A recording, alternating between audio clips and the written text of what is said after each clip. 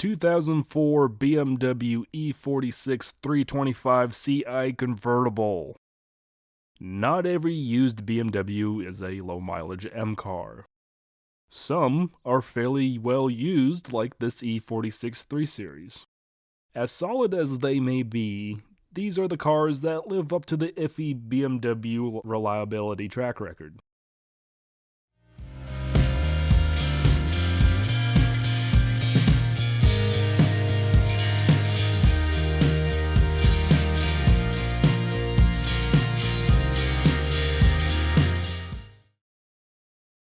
A few months back, I covered my first proper BMW for the channel, an E93 M3 that I boldly called the last good 3 Series, in terms of BMW being the ultimate driving machine.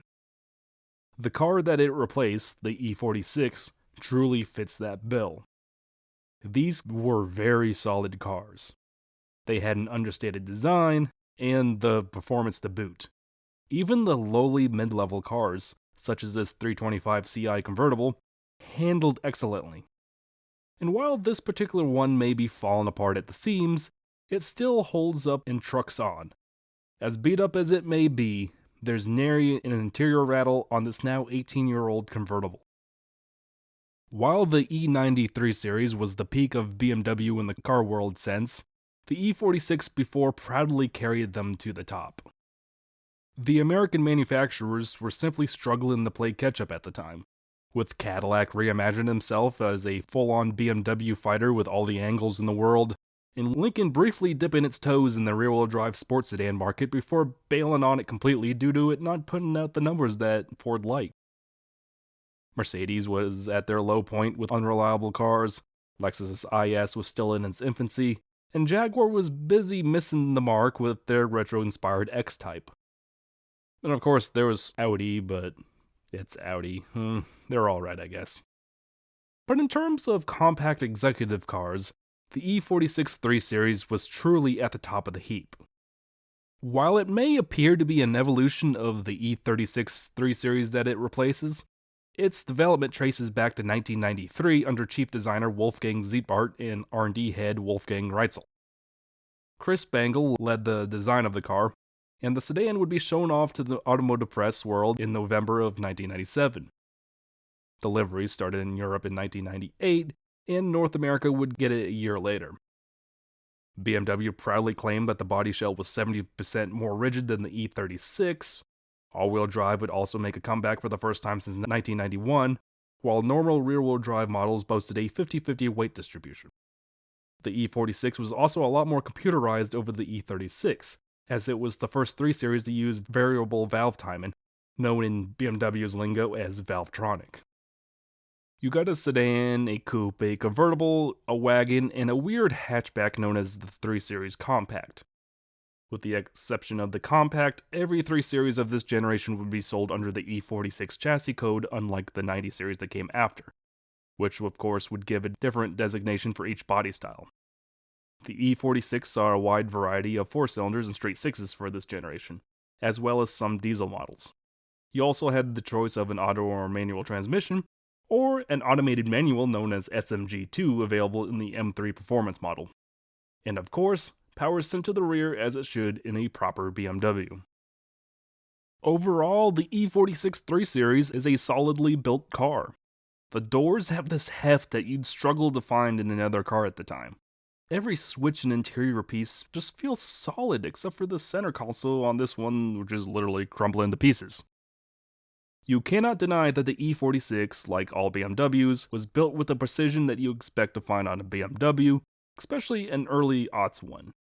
You can even say that these were overbuilt and over-engineered, of course, which becomes a problem when they begin to get abused and neglected over the course of 18 years. Which is something I really have to point out with this car. With just under 140,000 miles, you wouldn't think that this car was in that bad of shape, but unfortunately the neglect shines through on this poor car. The owner bought it sight unseen off of eBay Motors in Florida about 5 years ago. Within the first couple of weeks of having it in North Carolina, the head gasket blew. When it was briefly with the owner's daughter during her freshman leg of college, she ripped the bumper cover off on a parking block. He's since had to replace the driver's side mirror, and the check engine light had come on for the first time in a long while during the time of filming. But the one major issue with this car is the screaming wheel bearing. About 2 years ago, the owner hit a pothole and bent a wheel. For a while, he thought that the new tires he purchased were making a lot of road noise. But he's recently replaced those, and it's a wheel bearing. And it's getting worse.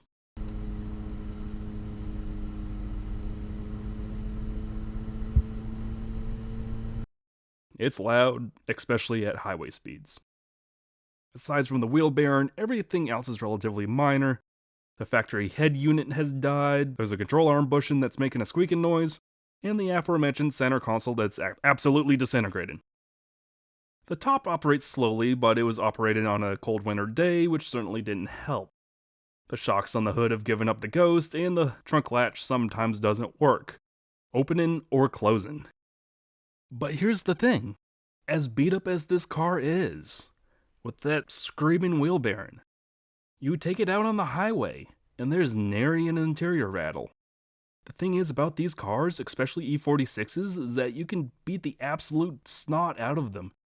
Have the wheel ready to fall off. In the interior, sturdy as can be. This is an 18-year-old car. This should not be, but it is.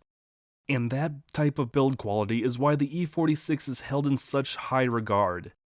Yes, they have their BMW issues, for sure. But it's not like the E46 suffers from a fatal flaw like the E90 M3 and E60 M5s. Oh yeah, those rod bearings. To help explain some of the over-engineering of the E46, let's look at the top. You would think that you would just undo a couple of latches at the top of the windshield, hit a button, and let it ship. But no. You first have to go into the trunk and lift this compartment up so it sits perpendicular to the trunk. Of course, make sure that everything's clear in the trunk so the top can go up and down without crushing anything. And now you can hold the button and operate the top. Hold the said button down and it should go up and down. Of course, cold winter day, so the top was acting a bit sluggish, but during warmer months it still goes up and down fairly easily. Yeah, I was extremely confused at first on why it wouldn't go down when I hit the button, like in an E93 or a Chrysler PT Cruiser convertible. And it required me to look it up and find out that, yeah, there's this compartment you gotta flip down. Just an extra step I really don't think needed to be there, but of course it is. And also, because it's a German car, the cup holders are kinda bad. This seems to be a common thing in all German cars. For some reason, the cup holders are really inefficient or can't hold much because the Germans think that nobody drinks inside their cars. But they don't flip out of the dash like in an E93 series, which those were known to break. Instead, the center console sits over one of them, and the other one is okay, I guess, but you can only really have a 12-ounce can in the cup holder when you have the center console flipped down, so yeah. Just, again, poor cup holder design. It's a German car thing. Anyways, back on topic. On the road, despite the wheel bearing and control arm bushing, it still drives like a solid E46 3 Series. The steering feels great, especially on country roads, and the 2.5-liter M54 B30 straight 6 swiftly gets this block of German iron off the line in no time. It's no M3, but the 235 horsepower and 222 foot-pounds of torque doesn't feel slow in this car. Now, the 325Ci Convertible is a bit of a porker in the E46 lineup, with it weighing 3,560 pounds compared to the coupe's 3,197 pounds. And I know I've overused the word in this video, but it just feels solid going down the road. It's just pleasant, just hold the wheel and just turn and just feel the car, just the perfect amount of lean into the corner. It just, While the E93 M3 was an absolute hoot to hoon, the E46 3 Series is just a pleasant experience, blemishes and all. I do want to experience an E46 M3 at some point, just to get a baseline on that car compared to the mid-level E46, but for now, this 2004 325Ci will do. It's just, I can see why these cars are held in such high regard. This car is beat up, make no mistake, but BMW was on top of the world when they released the E46 onto the buying public, and it shows through the 18 years of abuse and neglect that this car has faced. Sure, BMW has liked to overthink things since before electronics took over everything. Heck, BMW was one of the first car companies to push electronics in car interiors. It's just what BMW does or did. They push the envelope inside while producing good handling and driving cars. But sitting in this car and realizing that despite the abuse and wheel bearings screaming in agony, there's no interior squeaks and rattles. Especially on an old convertible. Yeah, you have the road noise from the soft top, but even then, it's not that bad. A car this beat up, and a convertible to boot, should have every interior panel grinding up against each other and annoying you to the moon and back. But not in an E46. Solid. Solid is the overused word of the day, and it describes the E46 perfectly, even as beat up as this 2004 BMW 325 convertible is. E46 BMW 3 Series. There is a reason why everyone talks about these cars. Have a good day, everyone. Thank you once again for watching another episode of Wookie Drives. If you have a car or truck you'd like to see on the show and you happen to be in the Charlotte or Mooresville, North Carolina area, feel free to email me your car submission to wookiedrives@gmail.com. That is wookiedrives@gmail.com. Be sure to follow my Facebook page at facebook.com/wookiedrives for channel updates. Follow my Twitter and Instagram at WookieAutomoTV for rants, raves, and overall shenanigans. There's a TikTok page now at WookieAutomoTV that I just post whatever dumb small videos that I feel don't really fit the big channel well. Anyways, wrapping up, don't forget to give the video a like, drop a comment below with some feedback. Any sort of fan interaction really helps this channel grow, especially one as small as mine. Share with all your BMW E46 friends. And don't forget to subscribe and hit that bell for more Wookie Drives like these. Thank you so much for watching, and have a good day. Win 1, they call you a champion. Win 4, they call you a dynasty. What do they call you when you win 13 years in a row? A BMW.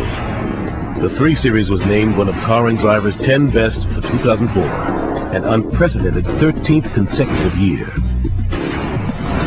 Test drive the legendary 3 Series today. BMW, the ultimate driving machine.